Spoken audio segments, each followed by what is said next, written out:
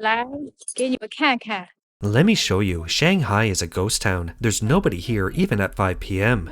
Do you know what I'm doing? I'm riding a bicycle. I usually don't dare ride a bicycle. Why? Because there are too many people in Shanghai. It's really terrifying. Come on, let me show you this. There aren't even electric bikes left. This road is basically empty. Can you believe it? This is Shanghai.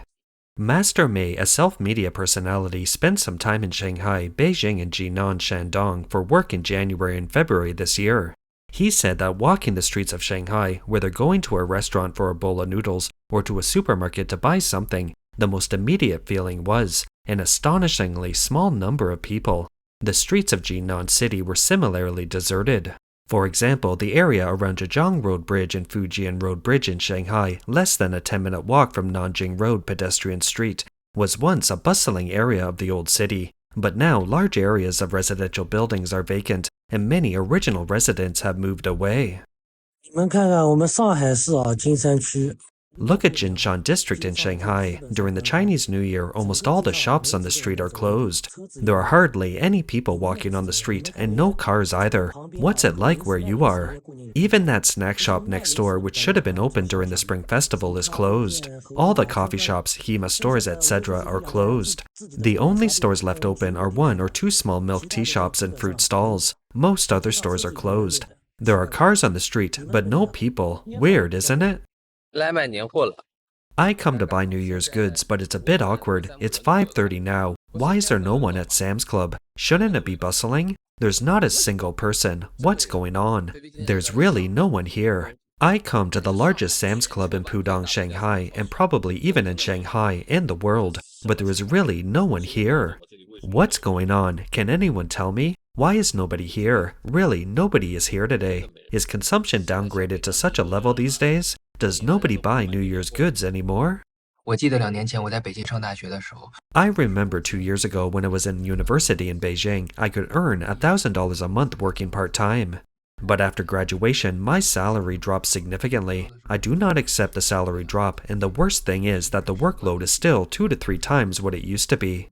After all, I'm used to good working conditions, so it makes me feel extremely unfair. The average pre-tax salary for an average person in Shanghai is only $1,000, and after tax it's only $700, because Shanghai's social security contribution base is the highest in the country.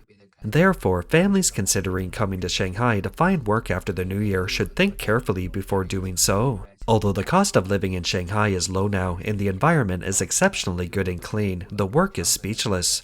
Every year, many college graduates go to big cities full of enthusiasm to work hard and build a career, only to leave in frustration. There are quite a few of these people.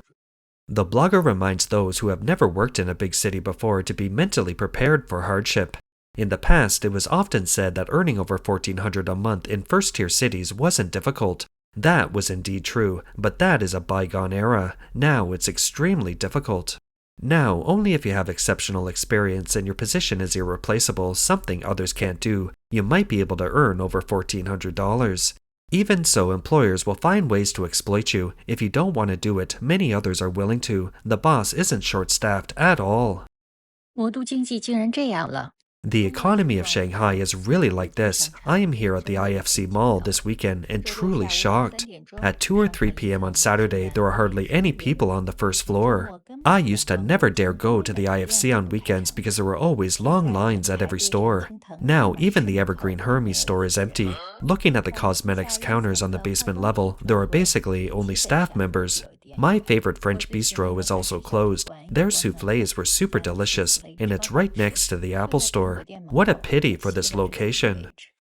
在宝山的一个商场 I am in a shopping mall in Baoshan. The outside looks okay, and there are many cars parked behind it, so business seems good. But look at this side. This is the other side, and look at this side too. Everything is closed. This place is a villa era, that place is a high-rise building, and in front of the high-rise is also a villa area. Business is terrible. Self-media personality Master Mei recently returned to China from the US and found prices on the mainland unbelievably cheap. He gave examples. At a 5-star Hyatt hotel in Shanghai, a buffet for 2 costs only $20, which is $10 per person. At a high-end Cantonese restaurant in Jinan, you can order a table full of snacks, including tea, for $1.40. At the Sheraton Hotel lobby bar, you can order a coffee and dessert for $6 and sit there for an afternoon. He said that for people who have lived in Europe and America for a long time, such low prices raises doubts about the quality. He analyzes the underlying reason as excessive competition leading to continuously declining prices. Consumers have become accustomed to even five-star hotels need low prices, otherwise they won't buy anything. To compete for a limited customer base, businesses have no choice but to lower prices again and again. But when prices are pushed to the limit, corporate profits are squeezed, forcing them to reduce investment and even lay off employees. 外地人千万不要留在上海。 Outsiders never stay in Shanghai. This is what happens to me. I was born in 1987, 38 this year. I've run a company and been a boss, but now I'm just a clueless barbecue restaurant owner, constantly trying to find ways to make money because monthly salary payments, mortgage, and other expenses are suffocating me. In 2007, I came to Shanghai with only $30 to start a business because I heard Shanghai was a gold mine. Back then, I survived after sleeping under bridges and eating steamed buns for several days. The blogger says he used to work as a street vendor, sell books, and do direct sales. He's tried all sorts of jobs. He founded his own company in July 2014, and at that time, his business was thriving. However, the 2020 pandemic completely changed his fate, and his company eventually went bankrupt. Worse still, he lost $200,000 in the stock market a few years prior. Now he's switched to the restaurant business, but hasn't made much money. He lamented that life in Shanghai is truly not easy. Look, it's not even Chinese New Year yet, only 7 or 8 days left, and there are hardly any people on the streets. Everyone says Shanghai's population has decreased, but the official statistics still show 24 million, no decrease. Where have all the people gone? I live in Gubei, Shanghai. I am quite saddened to see that the Costa coffee shop on Golden City Road pedestrian street closed down recently. As a core street in Gubei, Golden City Road has quite a few coffee shops, so the sudden closure of an established one is indeed surprising. Think about it carefully. It makes sense. The spending power and foot traffic on Golden City Road have indeed declined significantly. Except for the 2 or 3 weeks when the ginkgo leaves fall, there are practically no people. The remaining residents are mostly walking their dogs rather than going to work. There's hardly anyone going out to shop. The blogger said that 20 years ago, Golden City Road was a gathering place for Shanghai's middle class. Many white-collar workers from foreign companies lived here.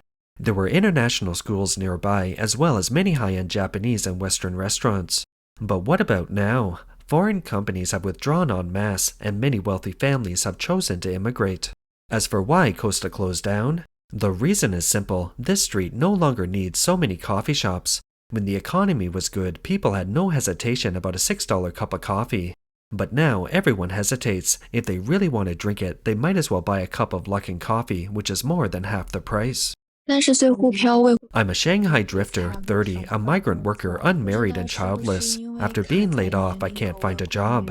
I wonder if it's because of my age, being unmarried and childless. After the holiday, I started sending out resumes nonstop, but basically no responses to my resume and portfolio.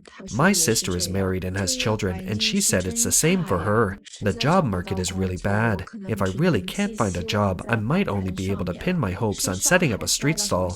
But it seems like they're cracking down on that in Shanghai. Is there no way out? Have you noticed that salaries in Shanghai are very, very low now? This morning, I met with a foreign company we've been working with for a long time. They do OEM for Fortune 500 companies. He said that 2 days ago, he arranged for their HR to recruit a structural designer, not too experienced, and the salary was set at $2,000. And the result? They posted a job opening, and in one afternoon they received over 20 resumes from structural designers. The boss feels unbelievable, so many applicants. The blogger said the boss immediately had the HR department adjust the salary to around $1,200. After the adjustment, many people still applied, and they found a good designer within a few days. The blogger lamented that in just 2 or 3 years, wages in Shanghai have plummeted, almost halving. He also mentioned that many of his friends who previously worked for foreign companies in Shanghai as directors or senior engineers earning salaries of $100,000 have now been laid off. Initially, they were happy to receive large severance packages, but quickly found it difficult to find a new professional job, with some even forced to work as delivery drivers. This year, Shanghai became a ghost town during the Chinese New Year. There were very, very few pedestrians and cars. When is everyone going back? Unable to find work in the short term, I lay in my rented room for 3 or 4 months, my back aching, and I didn't know where to go for fun. So I decided to pack my things and go home early for the Chinese New Year. I bought an afternoon high-speed train ticket. It takes about an hour and a half from here to Shanghai Hongqiao Station, and I almost missed it. No matter how good things are outside, nothing beats home. At least I won't go hungry at home, and I can eat as soon as I wake up. Although I'm still paying rent every month, I have no choice. I'll be back in Shanghai next year to be a cow and horse. After a 3-hour high-speed train ride, I took the subway directly home. When I got back, my mom was already cooking. She made braised lamb chops and bought my favorite rice noodles and braised duck. The current situation in Shanghai is really abnormal. It's not the magic city I knew a few years ago anymore, and this year every industry is facing extreme difficulties. Jobs are getting harder and harder to find, and salaries are dropping again and again. Even $880 positions are crowded with graduates from top universities and overseas returnees. The once bustling Jianggo Street night market and shopping district have all dried up. The clothing stores I know on Huihai Road and Nanjing Road have all closed down. The female owners all packed up and gone back to their hometowns. Many business owners have mortgaged their properties and cars, but still couldn't survive and were forced to close.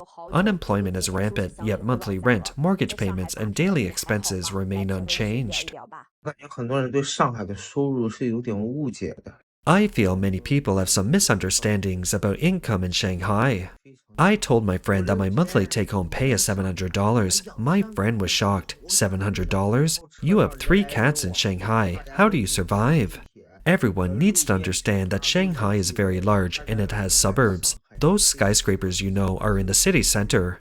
From where I live in the suburbs, it takes an hour and a half by any means of transportation, including buses and the subway.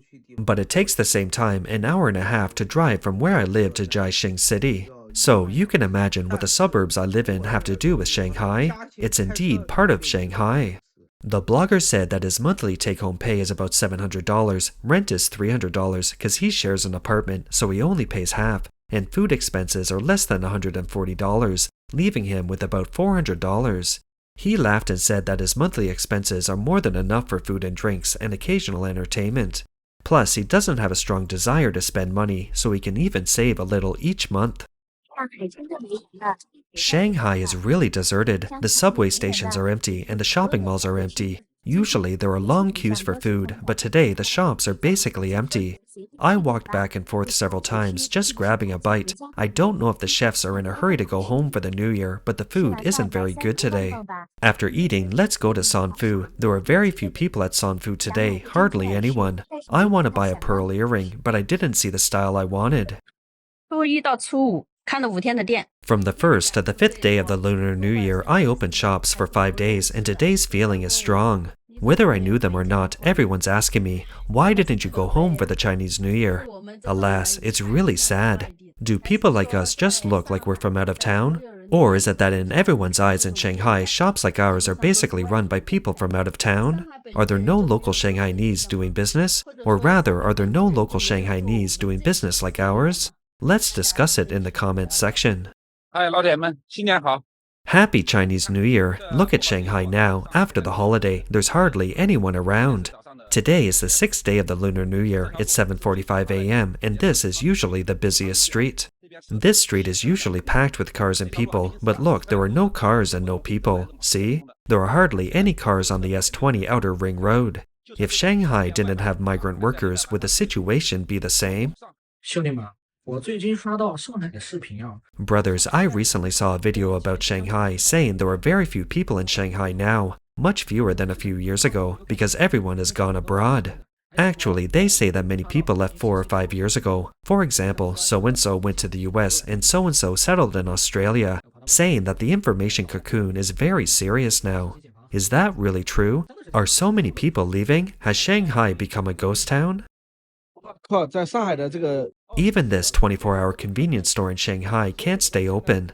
I think the physical retail industry is getting increasingly volatile, and I saw that its business used to be very good, but suddenly it went out of business. The rice noodle with light store next door actually only lasted for less than 3 months, and it even underwent 2 renovations. So, is it still possible for physical stores to survive? Let's discuss in the comments section. That's all for today. If you enjoy our content, please give us a thumbs up, subscribe, leave a comment, or share it with a friend. We appreciate your support, and we'll see you next time.